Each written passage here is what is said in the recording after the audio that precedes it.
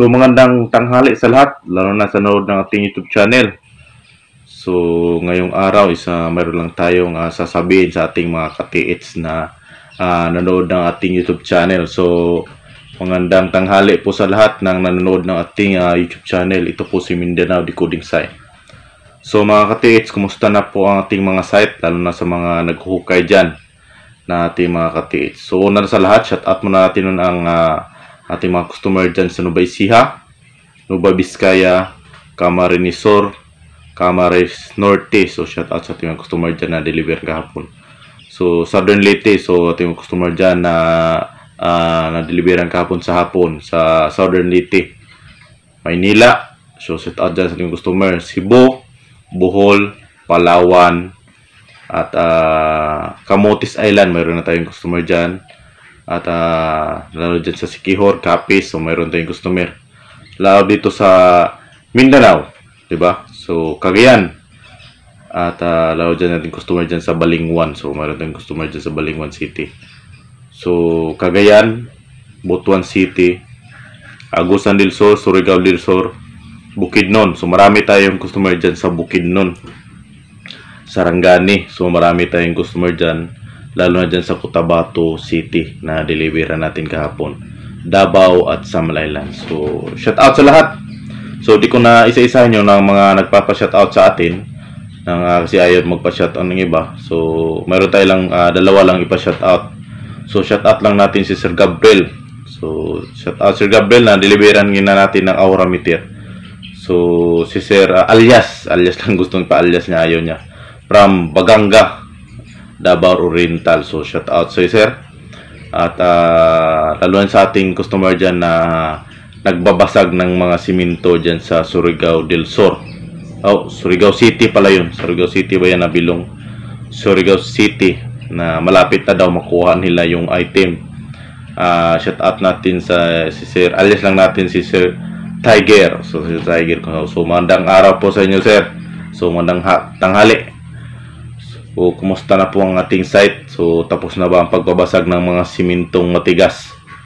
So, mga ka-TH, ay talagang matigas talaga ang siminto ng hapon. Hindi po talaga ibig sabihin na malambot. Matigas talaga na yung pagsilsil mo na talagang bumabalik. Yung talagang pagbasag mo ganito lang, parang hindi umaabot ng 1 inches. Talagang sobrang tigas. Meron kaming naranasan dyan na yung face sign, naalala yung isda na sign sa tubig. Sobrang kapal yung mga siminto talaga. Siyong na ang siminto ng hapon. Talagang napaka solido ang paggagawa nila. So shout out lalo na sa ating napuntahan nung nakaraang next week, yung ating heater dyan sa Surigao del Norte. So yung pinuntahan natin sa Surigao del Norte. So kumusta mga ka-TH sa ating mga nanood ng ating video? So natatawa lang ako mga ka-TH minsan na na-smile rin ako sa Bisaya. Nakatawa po ko usahay na magtanaw sa mga group chat natin mga ka-TH na mayroong nag-awayan, mayroon ding mga daming baser. So mayroon dyan mga nag-awayan. So paliwanag ko sa lahat. Ito paliwanag ko ay yung nag-offer sa akin na magpa-detect, hindi po ako tumatanggap ng bayad. Hindi na rin din ako nagdi-detect tulad dati. Dati nagdi-detect ako pero wala naman na issue, walang nabalita na nagpabayad ako. So sagot ko nga lahat. Kahit maputulan pa ako ng kamay. Ang totoo, nagpupunta ako ng malayo talaga. Sagot kong gasolina ko, sagot ang pagkain ko. Akin yon, walang gasto yung mga diniti ko dati. Akin ang gasolina, akin yung sasakyan, at pati pa yung diniti ko, nilibre ko pa yan ng pagkain. Walang bayad talaga. Kaya wala akong issue sa mga diniti ko kasi wala namang bayad. Wala talaga. So hindi rin ako nagpapahukay, lalo na sa mga imperial site, malalim. Hindi ko yung pinapahukay ng customer. Bakit? Iniisip ko rin yung gastusin nila. Di po basta-basta ang magpapahukay ng sobrang lalim. So napakahirap talaga. Kaya mga ka-TH na napuntahan ko ng mga mayroong nagpapadetect sa akin. So, hindi ko talaga pinapahukayan. Pag sinabihan ko sila, wag mo nang hukayan yan, magastos yan, malaking pira ang kailangan. So, lahat ng dinitik ko dati talaga, wala talaga akong hiningian kahit piso. Sagot ko yan kahit pagkain, ako pa nagpapakain sa kanila. Pero ang area na pinuntahan ko, kumastos ako ng minsan 700 ng gasolina sa sakyan. At mayroong akong mga backup. So, pagpunta ng site, hindi naman sign. Gawa-gawa lang ng mga walang magawa sa buhay. So, naging sayang rin minsan yung mga ginastos ko. Pero, inisip rin natin, so mayroon man taong talagang sa sobrang excited ay kahit kahawig na lang ng sign is ginagawa nating sign. So kaya walang nagsumbat sa akin ng mga nagbayad ng detect. So hindi po ako nagpabayad talaga. So yung nagbigay sa atin ng 50,000 from Davao para pupunta ako at papadala talaga niya sa GCash ko. So hindi ko talaga tinanggap. Binalik ko yung 50,000 mo. So bawas na yan kasi alam mo ng GCash pag mag-send bawas ng 15 pesos every ano ata yan? 1,000. So malaki-laki rin na nabawas sa 50,000 niya. Hindi ko tinanggap yung pinadala niya 50,000, binalik ko sa kanya. Kasi hindi na po ako nagdiditik at nagpupunta sa site. Kasi iniwasan ko yung mga masamang tao. Kahit hindi ibig sabihin na good na tao ka, isa kang mabait na tao. So di natin makalculate yung pinupuntahan natin kung ano mangyari. So iniwasan ko na yung magdiditik. Dati humahataw ako. Malayo yung napuntahan ko. Sobrang layo. At Surigao, maabot ako ng Liti dati. Magdiditik lang. Pero hindi ko na kasi dito na ako. Okay na. Dito na lang ako ay magtuturo sa inyo at magbibigay paalala at lalo sa mga naghukay dyan na gusto ding makakuha. So hindi naman ibig sabihin na talagang magsinungaling tayo kasi wala naman tayo nakukuha. Di ba? Wala naman tayo nakukuha dyan. Bakit tayo magsinungaling? So, ang payo ko sa mga katiis natin na nagtitreasure at talagang hanapin yung pinakasulit. Yung sulit talaga. Alam mo yan anong ibig sabihin yan? Yung sulit. So, pangalawa, isa lang naman talaga ang hinahanap natin. Sign lang. Kung mayroong sign, ibig sabihin may treasure. Ang pangalawa nating option dyan, kung mayroon pa ba o andyan pa yung nakabaon yan na treasure sa site natin. So, yun naman ang naging problema sa lahat, di ba? Mayroon tayong sign. Legit na legit. Isa na lang ang tanong dyan. Mayroon pa bang laman o wala na? Kasi hindi tayo nabubuhay sa panahon ng gira, di ba? So, ang gawin natin dyan, i-detect natin. So, mayroon namang iba dyan na marunong talaga mag-remap, mayroong maglikod, marunong talaga. So, mas maganda rin yan. Pero mas maganda kung mayroong gamit ka. Di ba? So, sa lahat ng experience ko, lalo na sa sumasama ako sa mayroong mga proton dati, mga 3D, locator, metal detector. Marami talagang kaibahan. Marami talagang kaibahan. Sa nasamahan ko dati, yung pinaka talagang sulit talaga nila, yung kasama kong Koreano, ay locator talaga maganda. Kahit sabihin natin mayroong mga 3D. Mayroon silang mga dalang proton Proton Elec, LB16. Mayroon silang mga dala, pero talagang pinakasulit yung locator, lalo na sa pagdating sa mga paghahanap. Kasi, itatry mo talaga yan. Kasi ititest mo yan. Itest mo yung mga proton, 3D, at saka locator. Mas maganda talaga yung locator. So, yan po ang totoo. Hindi po naman kailangan tayo magsinungaling. So, sa lahat ng mga naghahanap dyan, mas maganda talaga, mayroon kayong locator. Pero hindi ibig sabihin na mayroon kang locator is maganda na gamitin yung locator. Kasi mayroon ka ng locator. Yung locator na makahanap lahat. Yun ang maging advice ko sa inyo. Yung talagang mahanap mo. Hindi kasi lahat ng nakabaon is tae. Hindi lahat nakabaon tae ha. Paalala ko sa lahat. Kasi mayroong nakabaon talaga na diamond. No? Tulad yung isang heater natin na isang pixel na diamond. Yung gadget niya is maganda naman kasi yan na lahat. hinahanap. O, halimbawa, mayroon kang locator. Bigyan kita ng clue. Mayroon kang locator. So, nakabaon dyan platinum. Set mo yung gold. Para mag-detect yan is yung giveaways pala dyan is platinum. So, paliwanag ko talaga sa inyo lahat. So, para sa iyo na sana, ang naging problema ay walang gold. Kasi platinum nakabaon. So, hindi na may sabihin na pinopromote ko yung Tesla. Sinasabi ko lang kasi yan naman talaga ang totoo. Ang hinahanap natin, andyan na si Tesla. Andyan na lahat.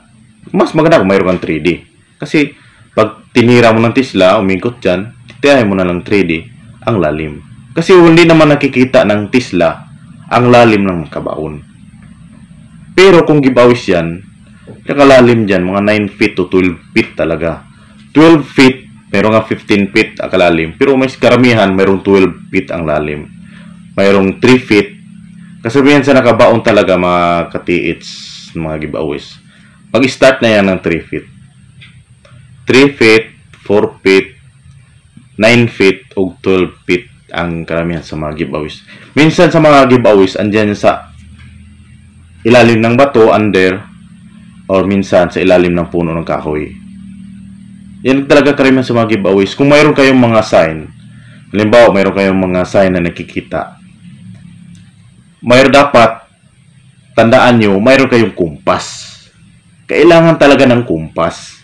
Kasi, dyan po, makikita natin kung saan nakalagay yung mga giveaways.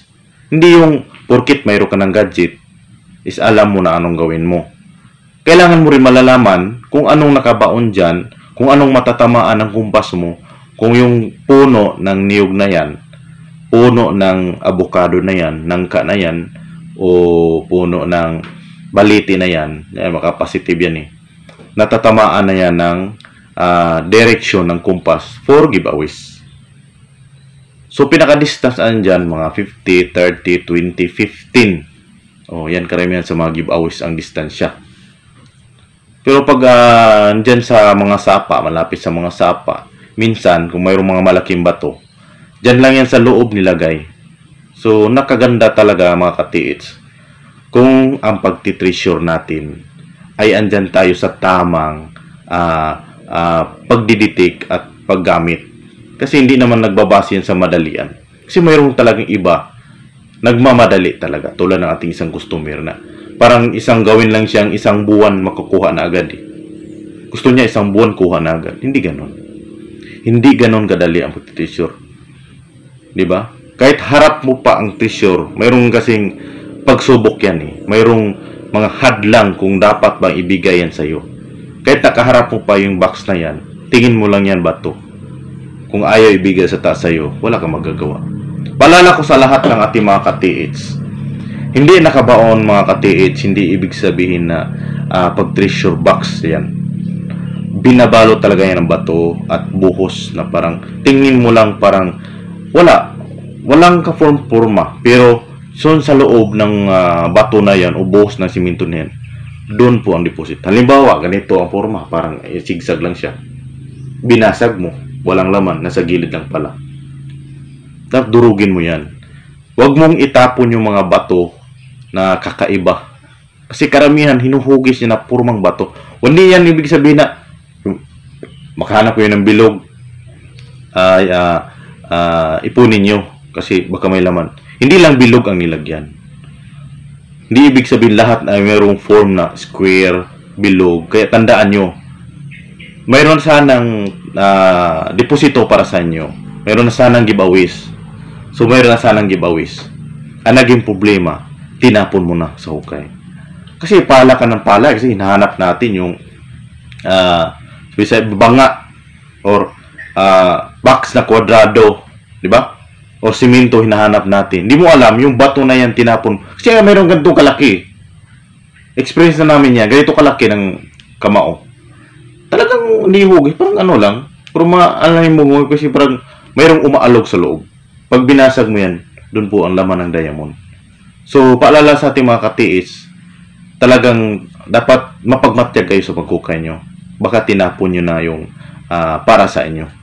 So, paalala ko sa lahat, ay dapat mapagmatyag tayo. Hindi yung nagmamadali tayo kasi nahanap natin box lang eh. So, mga ka-TH, kung gusto nyo maka-HH talaga, na gusto nyo makahukay na maganda para sa ating mga kinabukasan, para sa ating pamilya, pangarap natin na makaahon sa kahirapan, dapat balanse. Dapat hindi tayo nagmamadali. Relax lang. Maghukay tayo parang gusto butasin mo na sa dulo ng mundo eh. Dandahan lang. Lahat ng bato o kahoy man yan. So palala ko sa lahat kung mayroon kayong kahoy na kuha sa loob, lalo na mga putol-putol, tandaan nyo yan. Mayroong deposito yan sa loob ng kahoy. Hindi nyo lang makita yan na tinapalan. So paalala ko sa lahat ng mga kahoy na kuha nyo na parang pinutol-putol, minsan mayroong laman yan. So kunting pagmatsyag lang mga ka-TH. So yun lang mga ka-TH. Maraming salamat. Sana po ay magabigbigay ako ng idea sa iba na puro lang hukay talaga tapos tinapon nyo na yung mga deposito na maliit na mga giveaways. So observe nyo talaga yung mga bato, kahoy na nakuha nyo sa ilalim. Kasi napagtatakay, bakit mayroong kahoy diyang pinuto sa ilalim? So tinapon mo lang. So ibig sabihin mayroong laman yan. Biyakin nyo. Wala namang mawawala pagbiyak mo. Hindi naman ka umaabot ng 1 oras dyan eh. So paalala ko lang sa lahat. So mga ka-TH, maraming salamat sa panood ng ating video. God bless po sa inyo. So salamat po sa nag-avail ng ating locator na ito, nagpa-promo po tayo, start for now. So nagpa-promo po tayo ng ating homemade locator. Mga iba, try mo lang sa iba. So hindi naman ko kailangan na mayroong bumili. So pinaalala ko lang, nag-promo lang tayo sa ating homemade locator. So maraming salamat po sa nanonood nating YouTube channel. So sa mga nanonood dyan na gumagawa din ng homemade locator, alam ko kung sino yung naninira kasi alam ko gumagawa ka rin ng locator. So wala namang ibang maninira dyan kundi ikaw ang gumagawa rin ng locator. Kasi gusto mo rin kumita. So wala nang problema. Sabihin mo lang sa customer ko na doon ka magbumili sa iyo. Diba? Marami kasing naninira sa atin. Sabihin mo lang, bumili sa iyo. Ang problema, sa iyo na yung barya na yan. Maraming salamat at God bless po sa lahat.